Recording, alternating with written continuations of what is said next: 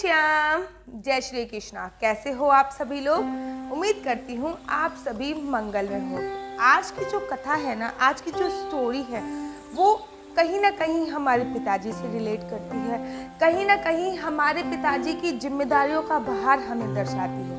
कथा तो मैं आपको भगवान गणेश की ही सुनाने जा रही हूँ, लेकिन आप उसका भाव अर्थ समझिए। एक बार की बात है कि गणेश भगवान जी ने भगवान शिव से बोला कि पिताजी, आप क्या हमेशा चिता भस्म लगा के रखते हैं, गले में मुंडों की माला पहन के रखते हैं, बालों की जटा बना के रखते हैं। मेरी मैया को देखो, मेरी मैया कितनी सुंदर लगती है, घोरा मणि सी लगती है।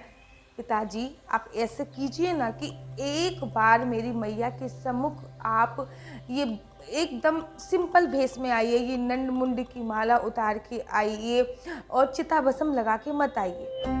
भगवान भोलेनाथ जी थोड़ा सा मुस्काए और भगवान भोलेनाथ जी मान गए। अगले दिन भगवान भोलेनाथ जी स्नान करने के लिए जाते हैं और जब वो स्नान करके वापस आ रहे होते हैं ना, तो वो भस्म नहीं लगाते। जो उनकी जटाएं थी वो भी सबरी हुई होती, एकदम सुलझी हुई होती हैं। उनके गले में नंद मुंडों की माला भी नहीं होती। जब वो सामने से आ रहे होते हैं तो ऐसा लगता है कि मानो कितने सारे कामदेव एक साथ आ रहे हों। सूर्य भगवान से भी प्रबल तीव्र तेज उनके मुख से दिख रहा होता है। सभी प्रकार के देवी देवता उनको देखने के लिए देखते ही रह जाती। ऐसी मनमोहक छवि भोले बाबा जी की थी। ये तभी आप लोगों ने सुना ही होगा कि जब माता पार्वती जी की शादी हो रही थी तो भोले बाबा जी माता पार्वती जी की शादी हो रही थी तो माता पार्वती जी की जो मैया थी वो बेहोश होके गिर गई थी, क्योंकि उन्होंने को भोले बाबा जी ने अपना असली रूप नहीं दिखाया था। और जब भोले बाबा ने उनको अपना असली रूप दिखाया तो ऐसा लग रहा था कि मानो समस्त कामदेव आज भोले बाबा में ही समाहित हो गए हो। भोले बाबा जी बहुत ही सुंदर लग रहे थे। और जब भोले बाबा जी को गणेश जी ने देखा तो गणेश जी देखते ही रह गए। कुछ देर के लिए तो वो मौनस्तब्ध हो गए कि आखिर हुआ क्या, ये इतने सुंदर।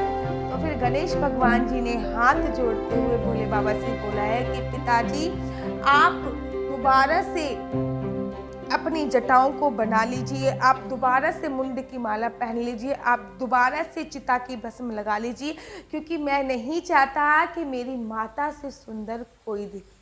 वैसे कहीं ना कहीं ये कथा हमारे पिता से रिलेक्ट करती है। बिल्कुल कहीं ना कहीं हमारे पिताजी से मिलती जुलती ये कथा है, क्योंकि हमारे जो पिताजी होते हैं उन पे भी जिम्मेदारियों का भार होता है। हमारे जो पिताजी होते हैं वो कहीं ना कहीं रुद्र रूप में होते हैं, क्योंकि उनके ऊपर परिवार की जिम्मेदारियां हैं। अपने परिवार के रक्षक हैं वो। उनके मान सम्मान, हमारे मान सम्मान का ख्याल हमारे पिताजी ही तो रखते हैं। तो वो थोड़ा सा कठोर होते हैं और मासूम पे ऊपर जिम्मेदारियों का बोझ होता है, इसलिए पिता का स्वरूप सुंदर नहीं दिखता। माँ का स्वरूप इसलिए सुंदर होता है क्योंकि पिताजी कठोर हैं और माता कठोर नहीं है, इसलिए माँ का स्वरूप सुंदर होता है। बस पिताजी ही तो सारी ताकत है मेरी। कभी जो मैं अटकी तो रोका है मुझको, गलत काम करने से टोका है मुझको। कभी हमसे पहले वो सोते नहीं हैं, भले दर्द हो पर वो कहते नहीं हैं। ये दौलत ही, इज्जत ही, ये शोहरत उनकी बदौलत है मेरी। मेरे पापा ही तो सारी ताकत है मेरी। आज की वीडियो आपको लाइक करनी है, शेयर करनी है अपने पिताजी के नाम कि मेरे पापा मेरी शान है। राधे श्याम, जय श्री कृष्णा। अपने पिताजी का सम्मान करिए। हरि बोल।